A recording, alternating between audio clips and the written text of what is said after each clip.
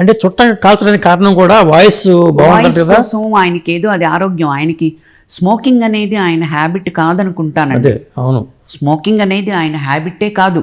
ఎప్పుడు కూడా సెట్లో స్మోక్ చేస్తారు అని నేను ఎక్కడా వినలేదు, చూడలేదు.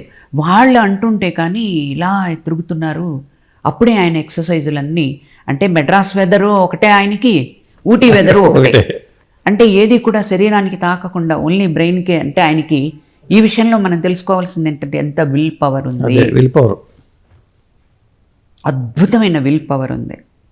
తెల్లారుజామున పూజ అయిపోయి మొత్తం షూటింగ్కి వచ్చే ముందే క్యారేజ్ వచ్చేసి భోజనం చేసేసి 6 లోపలే వచ్చేసేవారు సెట్కి.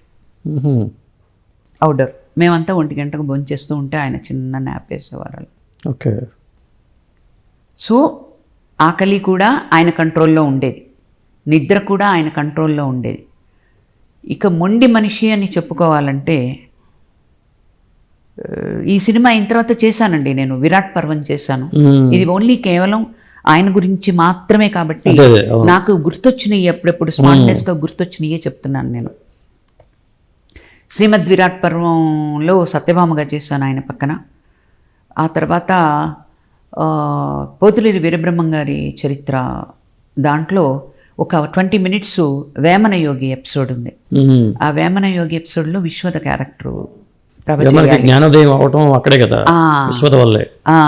మళ్ళీ అక్కడ ఒక డ్రెస్ గురించి చెప్పాలి. మోహన్ కృష్ణ గారు కెమెరామెన్, వాళ్ళ అబ్బాయి.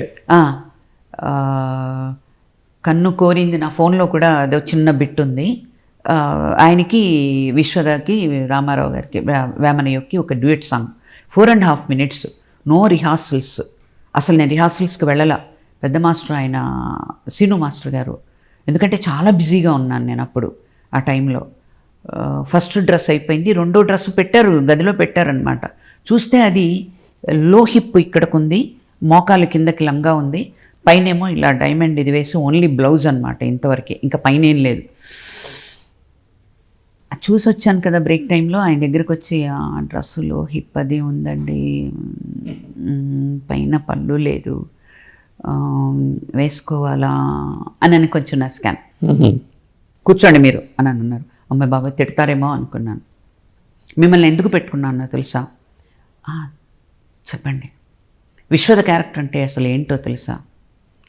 రూపవతి, అతిలోక సౌందర్యవతి, అందాల రాశి, గుణవతి, జ్ఞానవతి, జ్ఞానం తెలిసిన మనిషి.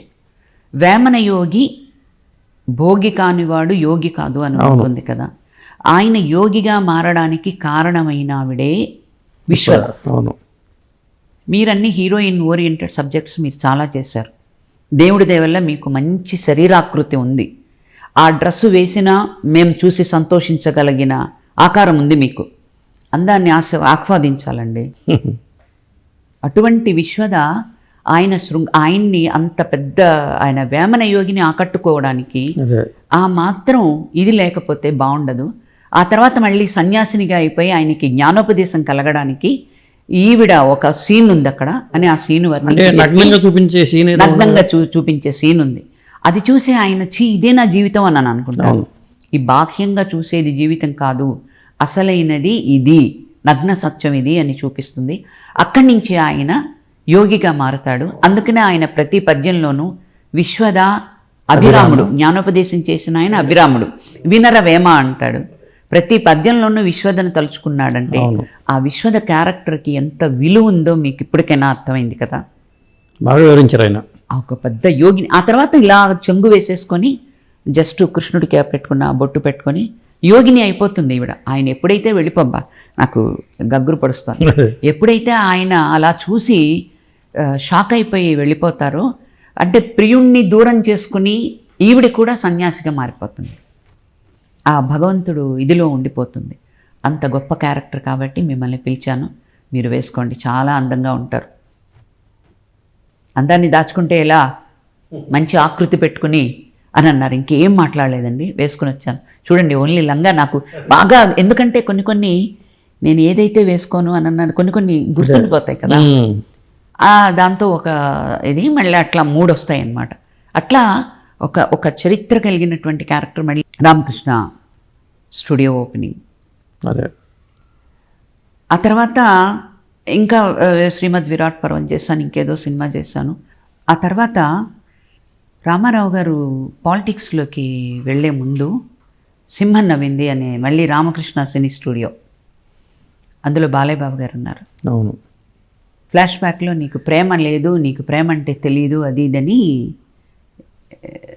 సింహం అంటే ఈయన, సింహం నవ్వింది, ఆయన నవ్వితే చాలు ఆ క్లైమాక్స్లో నవ్వుతారు అని అంటే, నీకేం తెలుసు ప్రేమ గురించి అనని ఫ్లాష్ బ్యాక్ ఓపెన్ చేస్తే మళ్ళీ ఆయన లవ్వర్ని నేను.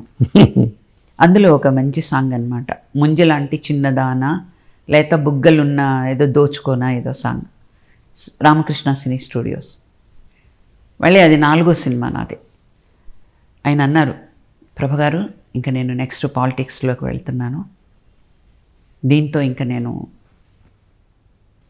నేను డ్యూయెట్లంతా పాడను, మీకే ఆ లక్, బాగా చేయండి, ఇద్దరం కలిసి చేద్దాం అని అన్నారు.